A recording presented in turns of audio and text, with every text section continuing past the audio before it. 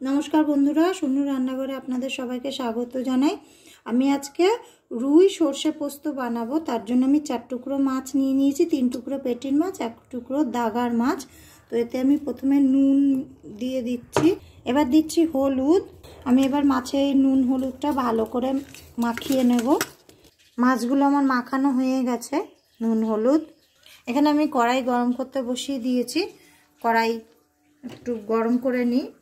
कड़ाईटा गरम हो गेले बोलছি আমি কড়াইতে দেব সরষের তেল।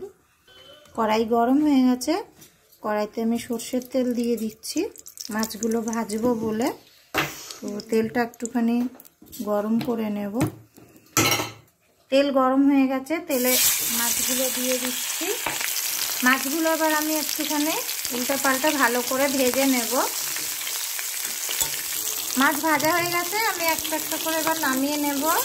আমি ওই তেলেই দিয়ে দিচ্ছি একটু জিরে, একটা শুকনো লঙ্কা, এবার দিচ্ছি একটা তেজপাতা, এবার 4-5টা গরম মশলা দিয়ে দিচ্ছি।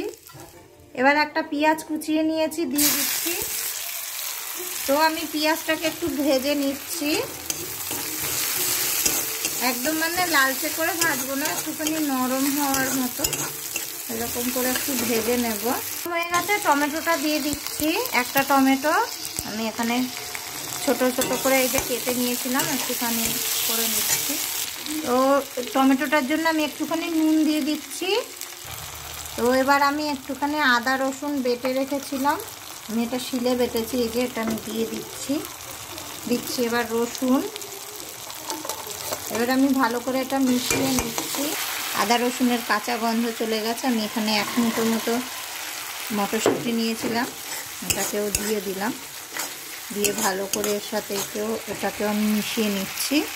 আমি এখানে সাদা সর্ষে বেটে রেখেছিলাম, আমি শিলে বেটেছি, আপনারা চাইলে মিক্সিতেও বেটে নিতে পারেন। এর সাথে আমি একটু নুন আর কাঁচা লঙ্কা বেটে রেখেছিলাম, তো আমি এখানে 2 চামচ মতো ব্যবহার করছি। এটাকেও ভালো করে মিশিয়ে নেব। আমি যেহেতু প্রথমে নুন দিয়েছিলাম, ওর জন্য আমি এখানে 1 চামচের হাফ লবণ ইউজ করছি। এবার দিচ্ছি হলুদ, 1 চামচ মতো লঙ্কার গুঁড়ো, ধনিয়ার গুঁড়ো, জিরের গুঁড়ো মিক্স করে নেব। এখানে আমি টক দই দিচ্ছি 2 চামচ মতো।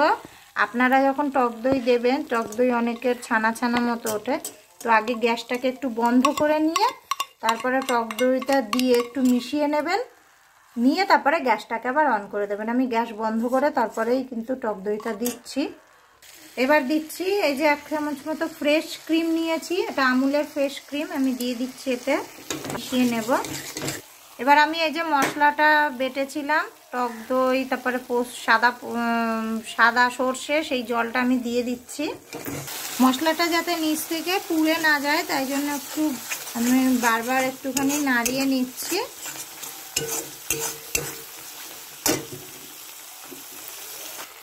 এবার আমি দিচ্ছি 1 চামচ পোস্ত বাটা, আর একটুখানি পোস্ত বাটা রেখে দিয়েছি আমি, সেটাকে আবার একটু পরে দেব, কারণ পোস্ত গন্ধটা তো চলে যাবে না হলে, ওই জন্য এটাকে আমি ভালো করে এই যে মিশিয়ে নিলাম। মশলা দিয়ে তেল ছাড়তে শুরু করেছে। এবার এতে আমি একটুখানি জল অ্যাড করব। তো বন্ধুরা এই দেখুন, এই যে এটা পাশ থেকে ছাড়তে শুরু করে দিয়েছে। এতে এবার আমি দিচ্ছি জল। বন্ধুরা আপনারা যদি চান এতে কালো সর্ষে যেটা আছে সেটাও ব্যবহার করতে পারেন। তো কালো সর্ষেটা হয়তো একটু বেশি তেতো লাগে আমার কাছে, এই জন্য আমি কালো সর্ষে ব্যবহার করিনি, সাদা সর্ষে ব্যবহার করেছি। ঠিক আছে, আমি আর একটুখানি জল দিয়ে দিচ্ছি। তো এটা আমি যতক্ষণ ফুটে উঠবে ততক্ষণ পর্যন্ত অপেক্ষা করব। এবার আমি এই যে একটু ঢেকে দিচ্ছি, এটা মানে 2-3 মিনিট একটুখানি ঢাকা দেওয়া থাক, যতক্ষণ ঝোলটা ফুটে উঠছে ততক্ষণ পর্যন্ত।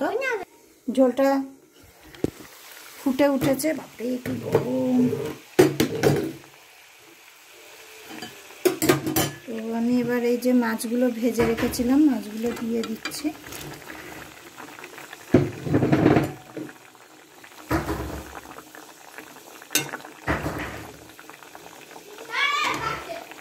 এবার আমি এই যে পোস্তটা রেখেছিলাম আর একটুখানি, সেটাও দিয়ে দিলাম, দিয়ে ভালো করে একটু মিশিয়ে দিচ্ছি। বন্ধুরা আমি উপর থেকে একটুখানি মাছের ঝোলের যে মশলা আছে ওইটা এই যে ছড়িয়ে দিয়েছি, দিয়ে একটু মিশিয়ে নিচ্ছি ভালো করে।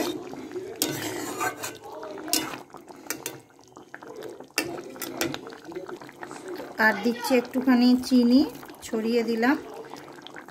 চিনিটা দিলে তরকারির স্বাদ আসে ভালো। আর যে কোনো জিনিসের বন্ধুরা ঝাল আর নুন আপনারা আপনাদের স্বাদ মতো ব্যবহার করবেন। বন্ধুরা আমি এরপর একটুখানি ধনিয়া পাতা কুচি করে নিয়েছি, দিয়ে দিলাম। বন্ধুরা তরকারি আমার হয়ে গেছে, আমি এবার গ্যাস বন্ধ করে দিচ্ছি। আমি এবার তরকারি নামিয়ে নেব।